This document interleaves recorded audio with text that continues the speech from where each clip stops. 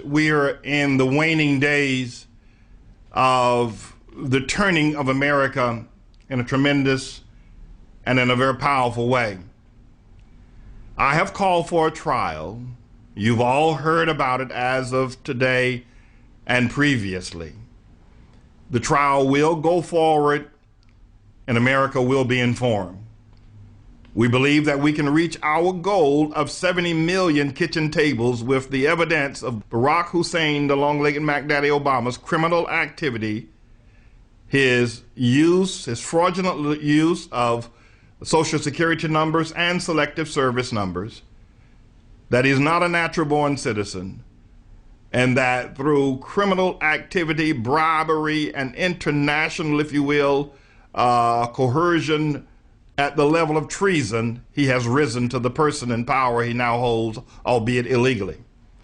And so my appeal to you, students, faculty members, and alumnus of Columbia University, I want to ask you a couple of things. One is that I want to ask you to, first of all, not be angry at me, for I am not attacking you.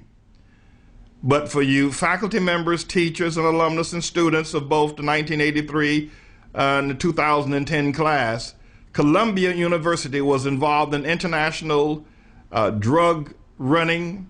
They were involved in the murder of a number of innocent people.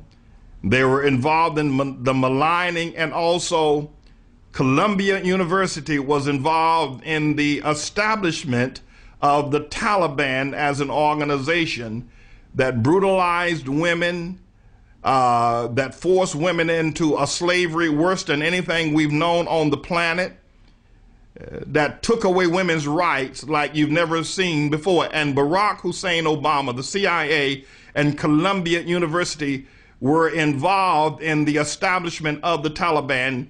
As you remember, the Mujahideen, which are the justice fighters, it was Obama's community organizing strength with the Mujahideen that later developed the Taliban, who later oppressed women as no other nation has ever oppressed women.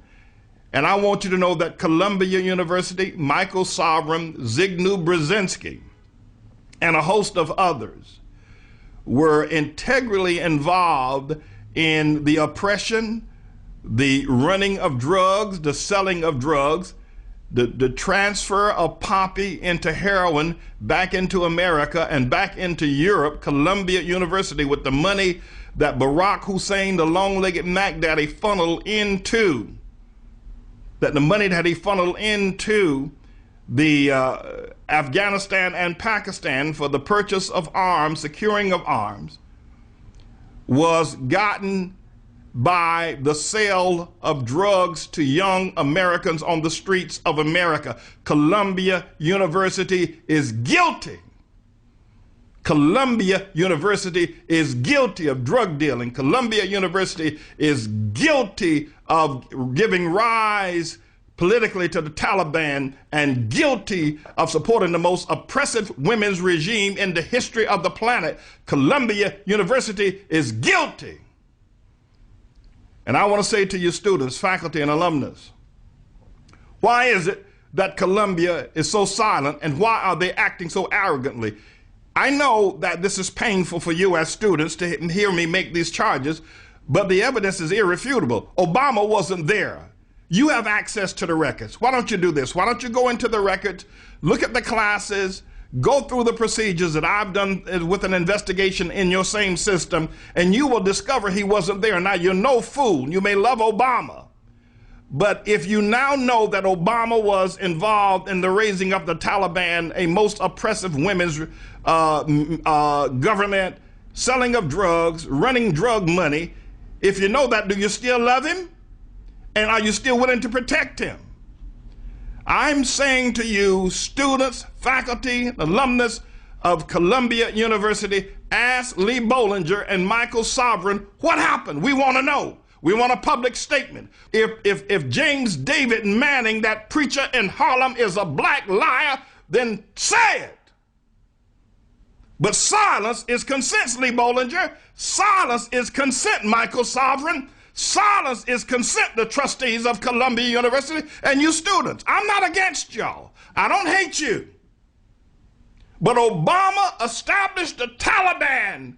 Obama ran drugs. He not only used them, but he ran them for the CIA.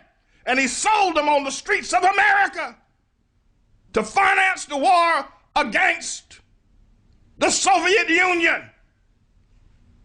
I don't hate you students, but Columbia University is guilty of drug sales, drug running. Columbia University is guilty of washing drug money. Columbia University is guilty of establishing the Taliban and Al-Qaeda that now came and threatened us with the World Trade Center bombing. I'm simply bringing out the truth. Columbia University is no saint. Indeed, they are full of demonic activity at the level of drug dealing, money laundering, and murder. That's why I'm holding this trial. You students need to walk up to the president's office and ask him for a public statement on this matter. Clear Columbia's name, because all America is talking about this trial. And don't think just because I'm a Harlem pastor that I can be ignored. No, I will not. And the truth will no longer be ignored. I'm asking you as students, don't allow Columbia to graduate you from a drug-selling, drug-running, Taliban-supporting, Al-Qaeda developing institution, declaring they are the halls of Ivy League pureness, while on the inside they're full of dead men's bones, they're full of oppressed women, they're full of drug running, and Michael Sovereign and Lee Bollinger both know it. I appeal to you.